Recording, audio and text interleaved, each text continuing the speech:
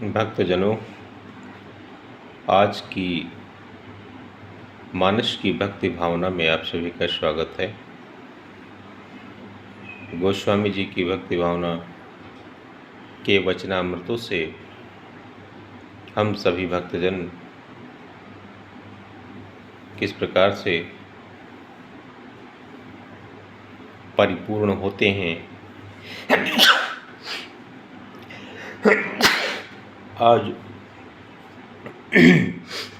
आज प्रभु गोस्वामी तुलसीदास जी महाराज हमारे श्री हरि भगवान की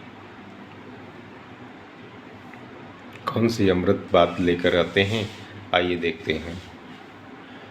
बंदौ गुरुपद पदुम परागा, सुरुच सुबास सरस अनुरागा। अमिय मूरिमय चूरन चारु, समन सकल भवरुज परिवारु। मैं गुरु महाराज के चरण कमलों की रज की वंदना करता हूँ। तुलसीदास जी महाराज जिस प्रकार से अपने गुरु महाराज की प्रार्थना करते हैं और हम सभी भक्तजन अपने अपने गुरुजनों की याद करते हुए श्री रामचरितमानस पाठ का प्रारंभ करते हैं।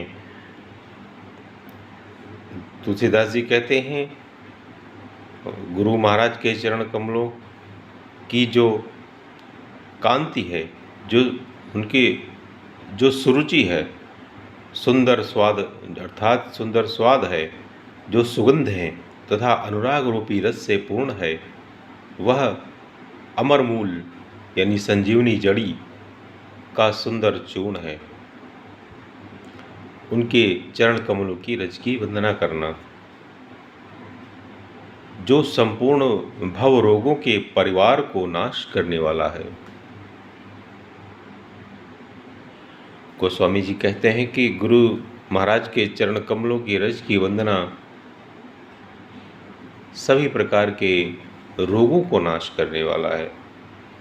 ऐसा मानकर हम उनके चरणों में मस्तक नवाकर आगे की प्रार्थना प्रारंभ करते हैं। कहते हैं, सुकृति संभो तन विमल विभूति, मंजुल मंगल मोद प्रसूति। जनमन मंजु मुकुरमल हरणी, किए तिलक गुण गण बस करनी।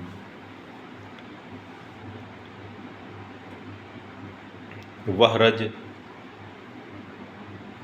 पुण्यवान पुरुष रूपी शिव जी के शरीर पर सुशोभित निर्मल विभूति है और सुंदर कल्याण और आनंद की जननी है।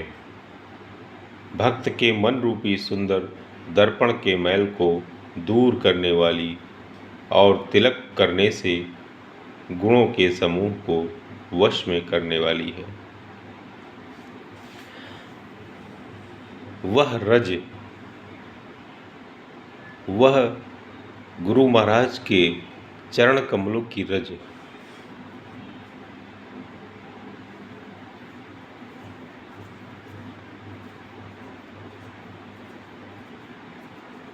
गोस्वामी जी कहते हैं कि भगवान शंकर जी के शरीर पर सुशोभित निर्मल विभूति है, यानी जो भगवान शंकर के शरीर पर जो भस्म है, जो वैभव है और सर्व कल्याणकारी है और भक्त के मन रूपी सुंदर दर्पण के मैल को दूर करने वाली है, तो उस विभूति को, उस भस्म का तिलक करने से गुण समूहों को वश में किया जा सकता है। यानी गुरु महाराज के रूप में अगर हम भगवान शंकर को देखें और उनकी जो भगवान शंकर की जो भस्म है, जो विभूति है, उसको अगर हम भक्तजन अपने मस्तक पर धारण कर लें तो वह संपूर्ण गुणों को वश में करने वाली है। और साफ साफ शुरू में ही तुलसीदास जी महाराज हम सब भक्तजनों को सीधे सीधे रहस्य बता रहे हैं, रहस्य खोल दे रहे हैं ईश्वर का, गुण समूहों का, गुणों का, ज्ञान का, और ऐसा करने से अब उन्होंने ऐसा करने से अपने ईश्वर को, इष्ट को प्राप्त किया और इष्ट का वर्णन किया। इसी प्रकार से एक प्रकार से इस चौपाई में उन्होंने ईश्वर के मार्ग का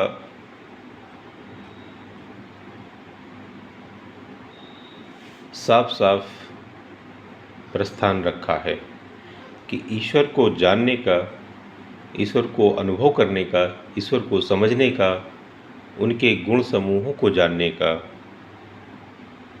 जो मार्ग है वो गुरु के चरणों से होकर जाता है, गुरु महाराज के चरणों से होकर जाता है, भगवान शंकर के विभूत वैभव से होकर जाता है। और भगवान शंकर का वैभव, उनके भस्म, उनमें निहित जो भस्म है उसका चंदन अगर हम लगाएं तो उससे हम में जो गुणों की सारे खान, गुणों की सारी खान है वो चंदन, वो भगवान शंकर का जो वैभव है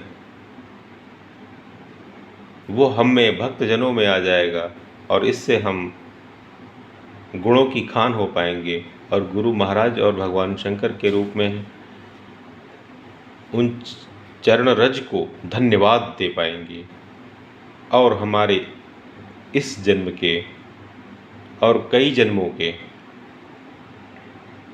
पाप पुण्य में बदल जाएंगे और पुण्य सिद्ध काम बन जाएंगे।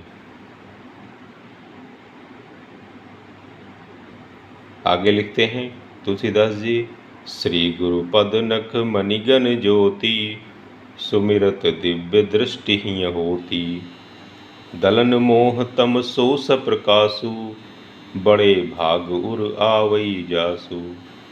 श्री गुरु महाराज के चरण नखों की ज्योति मणियों के प्रकाश के समान है, जिसके स्मरण करते ही हृदय में दिव्य दृष्टि उत्पन्न हो जाती है। वह प्रकाश अज्ञान रूपी अंधकार का नाश करने वाला है। वह जिसके हृदय में आ जाता है उसके बड़े भाग्य हैं। तुलसीदास जी महाराज गुरु महाराज की प्रशस्ति में आगे कहते हैं कि भक्तजनों, गुरु महाराज के चरणों की शक्ति को पहचानो, गुरु महाराज के चरण कमलों की शक्ति से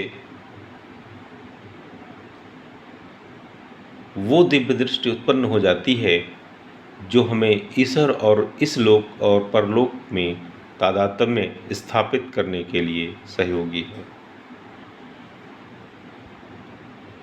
और हमें वह सिद्धि मिल जाती है जिसके लिए हम धरती पर आए हैं, रहते हैं और तब तक रहते हैं जब तक हम शंका में रहते हैं। वह शंका दूर हो जाती है। जो ऐसा ज्ञान का प्रकाश आता है कि चारों तरफ से अज्ञान मिट जाता है और यह क्षमता हमारे अंदर गुरु महाराज को प्रणाम करने से ही आती है। आज तक 2024 तक अभी जो व्यक्ति इसको सुन रहे हैं, जो लोग मानस की इन पंक्तियों को सुन रहे हैं, उनसे विनम्र निवेदन है कि अब तक जो भी प्रथम गुरु माता से लेकर जितने भी गुरु आपके संपर्क में आए हैं, उन सभी गुरुजनों के चरण रजों को ध्यान करते हुए उनके मुख से निकले हुए वचनों को ध्यान कीजिए और आप ध्यान कर पाएंगे कि उन्होंने कितने मन से आप लोगों को शिक्षित किया है। और इस शिक्षा के सहारे ही आप ज्ञान के क्षेत्र में प्रवेश करने के हेतु साहस जुटा पाएंगे और साहस जुटा पाते हैं। जैसे जैसे आप लोगों की आयु बढ़ती है वैसे वैसे आप गुरुजनों का ध्यान करें, और ध्यान करने से आप लोगों को ऐसा लगेगा कि यह केवल और केवल ईश्वर को पाने का सारा प्रपंच है, बल्कि ईश्वर को समझने का सारा प्रपंच है, और बीच में पढ़ाई, नौकरी, जीवन, परिवार, ये सब मात्र साधन हैं। इसके आगे की यात्रा हेतु गुरुजनों को धन्यवाद दीजिए कि उन्होंने प्रथम गुरु माता के बाद जो प्रारंभ किया है, उस प्रारंभ को अंत तक हमें उस क्षेत्र में जाने का मार्ग प्रशस्त किया है, जिसे हम ईश्वर का मार्ग कहते हैं।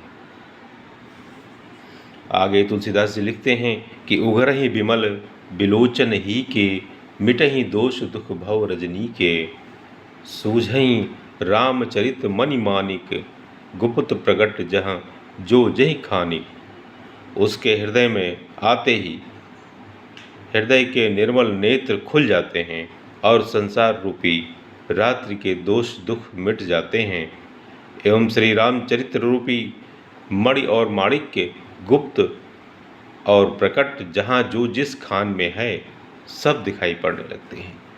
यही मैं कह रहा हूँ कि जिस तरह से हम